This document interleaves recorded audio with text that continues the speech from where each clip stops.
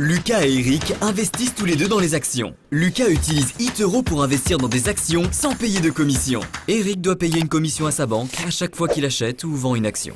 Lucas utilise CopyTrader pour reproduire les portefeuilles des meilleurs investisseurs en temps réel. Eric reçoit des conseils d'investissement de la part de son cousin Paul. Disque laser. Alors, comment se fait-il que Eric soit un aussi bon investisseur que Lucas? Il ne l'est pas, parce que Lucas utilise eToro et Eric ne le fait pas. Téléchargez eToro et investissez dans des actions sans payer de commission.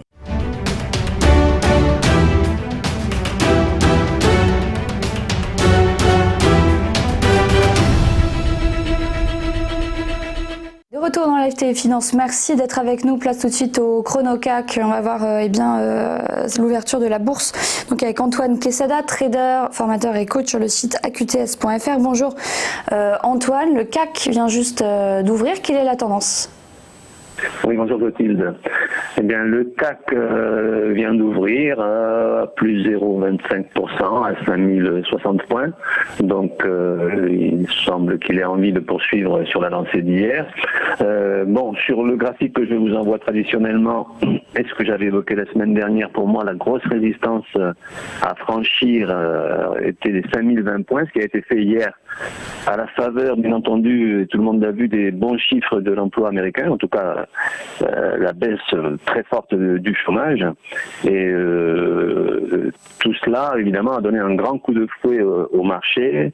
Ça semble donner de la confiance sur la reprise économique que l'on connaît, qui se manifeste déjà aux États-Unis. Alors, bien entendu, avec le soutien des banques centrales, en fait, toutes ces données que nous connaissons déjà de longue date, plus sans doute l'espoir d'un vaccin qui viendrait peut-être enrayer l'épidémie pour le moyen et long terme, tout au moins. Donc, les marchés sont optimistes, et bon, quelque part, ils ont raison de l'être, d'une certaine manière. Donc, le fait pour moi, d'un point de vue technique, graphique, d'avoir franchi les 5020 points, c'est un signal important.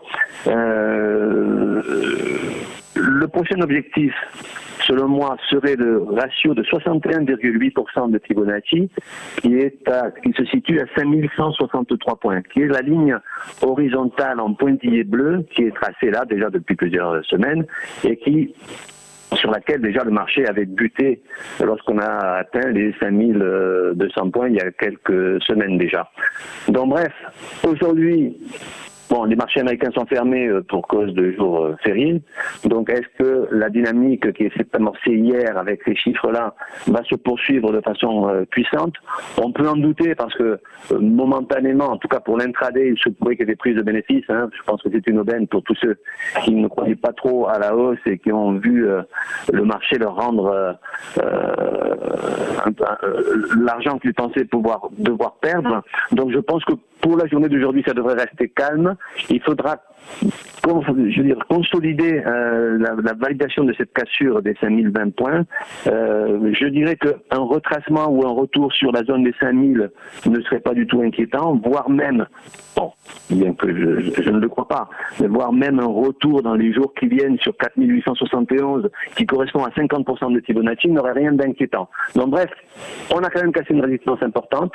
Il faut tout de même consolider cela, ce qui n'est pas forcément sûr pour aujourd'hui, parce que, comme je vous l'ai dit, les US sont fermés et que certainement des prises de bénéfices peuvent s'opérer, même si le CAC a ouvert en légère hausse ce matin. Donc, que dire? Voilà. Merci. Merci beaucoup Antoine Quesada pour votre analyse. À suivre dans un instant les Market Movers. Merci d'être avec nous.